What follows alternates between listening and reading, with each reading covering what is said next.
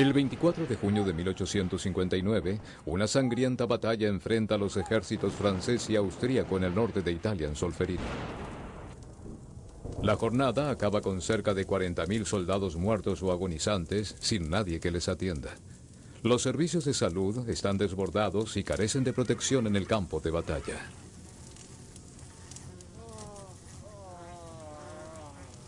Henri Dunant, hombre de negocio suizo que se encuentra de paso en la región, llega a Solferino unas horas después de la batalla. Está horrorizado por lo que ve. Es espantoso. No se puede hacer nada, amigo mío. Es la guerra.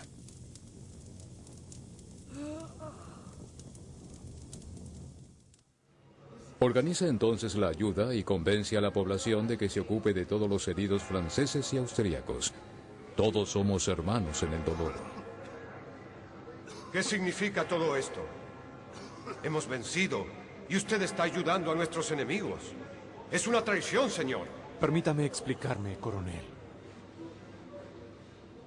¿Y cómo piensa conseguir las vendas y los medicamentos necesarios? Estoy dispuesto a pagarlos de mi propio bolsillo, pero hay algo que usted podría hacer. Hable. ¿Qué necesita? Libere inmediatamente a los médicos, enfermeros y cirujanos austríacos que han hecho prisioneros y envíenmelos. Pero, bueno, desde luego es usted muy decidido, Dunant. Aún así, su idea me gusta. Veré qué puedo hacer. Gracias, coronel. Lo único que me importa son los heridos.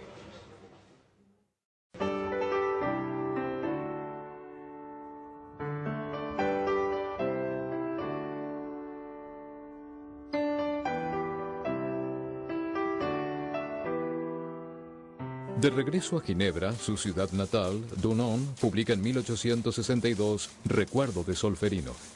En este libro expone dos grandes ideas: que se creen comités de socorro que formen a voluntarios para atender a los heridos de guerra. Utopía. Lo que dará lugar a la creación de las sociedades nacionales de la Cruz Roja y de la Media Luna Roja. ¡No! Tiene razón. Hay que hacer algo. Que un acuerdo internacional reconozca y proteja a estos comités, la base del derecho internacional humanitario, DIH. Dunant y 4 ciudadanos ginebrinos crean en 1863 el Comité Internacional de la Cruz Roja, CICR. Este símbolo, que considero universal, protegerá los servicios de salud de los ejércitos en el campo de batalla. Así ya no serán objetos de ataque. Se atenderá a todos los heridos, sean del bando que sean. En 1864, los estados adoptan el convenio para mejorar la suerte que corren los heridos de los ejércitos en campaña. En 1876, los turcos eligen la Media Luna Roja más acorde con su sensibilidad cultural. En 1901, Henri Dunant recibe el primer Premio Nobel de la Paz. La multiplicación de los conflictos pone de relieve la pertinencia de su idea principal: mantener el espíritu de humanidad en el corazón de la guerra. En esta época se empiezan a codificar las normas relativas a los métodos de hacer la guerra. La Convención de La Haya de 1907 prohíbe el empleo de armas envenenadas o la ejecución de soldados que se rinden. Numerosas sociedades nacionales se crean en todo el mundo. En vísperas de la Primera Guerra Mundial ya existen 42 de ellas.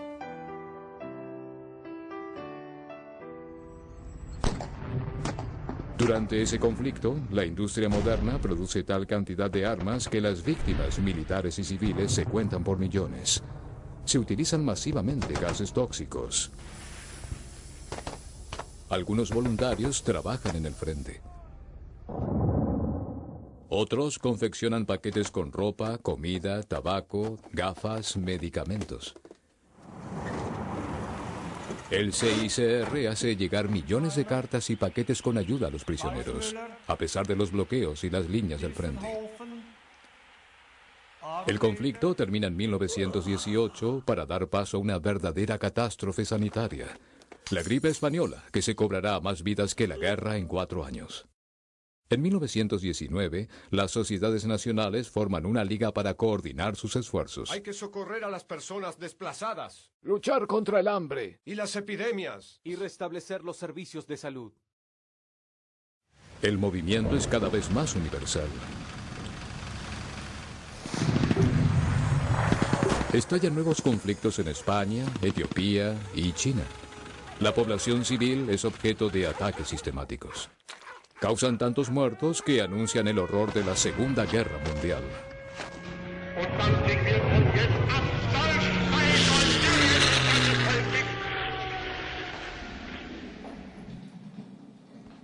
Los soldados capturados recibirán más de 36 millones de paquetes con ayuda y 120 millones de cartas.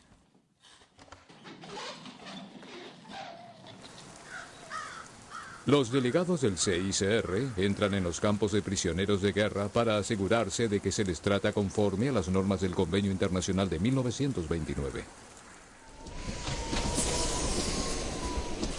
Pero nadie se opone durante ese conflicto a la matanza deliberada de millones de personas, particularmente de judíos. El mundo alcanza un nivel de barbarie sin precedentes. En 1949, los estados revisan los textos de derecho internacional humanitario existentes y adoptan uno nuevo para proteger a las personas civiles en tiempo de guerra. Son los 4 convenios de Ginebra. Incluso la guerra tiene límites. El DIH se apoya en 2 pilares. Las personas que no combaten deben gozar de protección.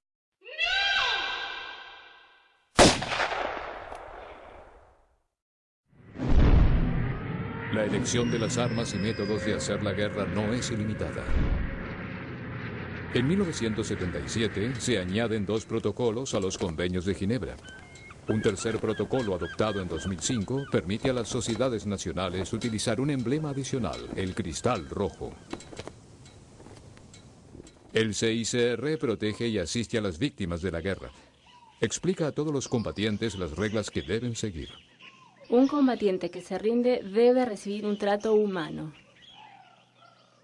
Algunos de sus hombres han quemado una aldea cerca del río. Tomaremos medidas contra los culpables.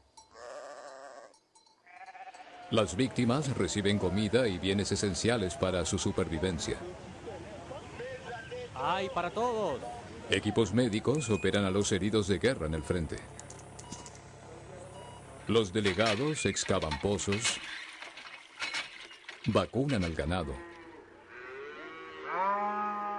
Los centros ortopédicos atienden a los amputados, a menudo víctimas de minas. ¿Lo ves? Puedes hacerlo. Las personas separadas por la guerra utilizan teléfonos satelitales o escriben mensajes de Cruz Roja para comunicarse entre sí. Se busca a los desaparecidos y se reúne con sus familiares a los que siguen con vida. Por fin nos encontramos. Durante un conflicto, el CICR vela porque se respete la integridad física y psicológica de los soldados capturados y de las personas civiles detenidas. Le recuerdo que la tortura y los malos tratos están prohibidos. Si es necesario, los delegados intentan mejorar las condiciones materiales de detención. Esto es lo que habíamos previsto para rehabilitar las celdas. Al final de un conflicto, el CICR, como intermediario neutral, puede repatriar a los prisioneros de guerra y a los detenidos civiles. Para el CICR, los voluntarios de las sociedades nacionales desempeñan un importantísimo papel porque conocen bien el terreno. Cuando recrudece la violencia, a veces son los únicos que pueden llegar hasta las víctimas. Pero no es solo la guerra. Las catástrofes naturales afectan también cada año a millones de personas, como los terremotos. El cambio climático agrava las consecuencias de las sequías, los huracanes y las inundaciones.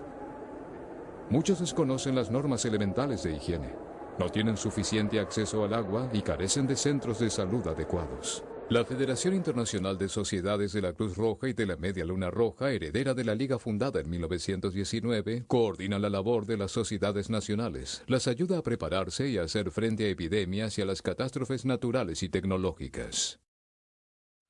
La pandemia de SIDA se extiende por todo el mundo, destruyendo comunidades enteras.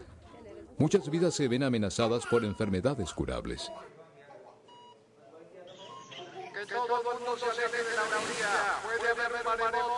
Las sociedades nacionales trabajan con empeño para la formación en primeros auxilios. En momentos de urgencia, una simple acción puede salvar vidas. El movimiento internacional de la Cruz Roja y de la Media Luna Roja se basa en principios que le garantizan la confianza y el respeto de todos. La neutralidad es un principio importante. Como se niega a tomar partido, sus miembros deberían tener acceso a todas las personas desamparadas.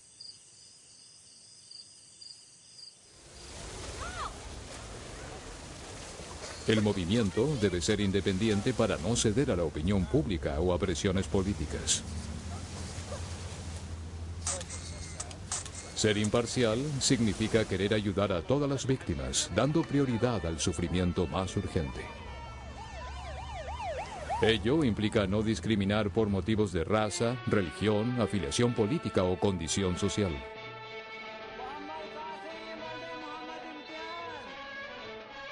Para acceder a todas las víctimas, solo una sociedad nacional puede operar en el territorio de un mismo país. Además, al estar abierta a todos, evitará caer en la tentación de ayudar solo a un grupo. Millones de voluntarios, en su mayoría jóvenes, constituyen el mayor movimiento humanitario del mundo. No les mueve el ánimo de lucro, sino aliviar el sufrimiento de los más vulnerables. Todas las sociedades nacionales tienen el deber de ayudarse mutuamente. El movimiento aspira a proteger la vida y la salud, así como a hacer respetar a la persona humana. Favorece la comprensión mutua, la amistad, la cooperación y la paz duradera entre los pueblos.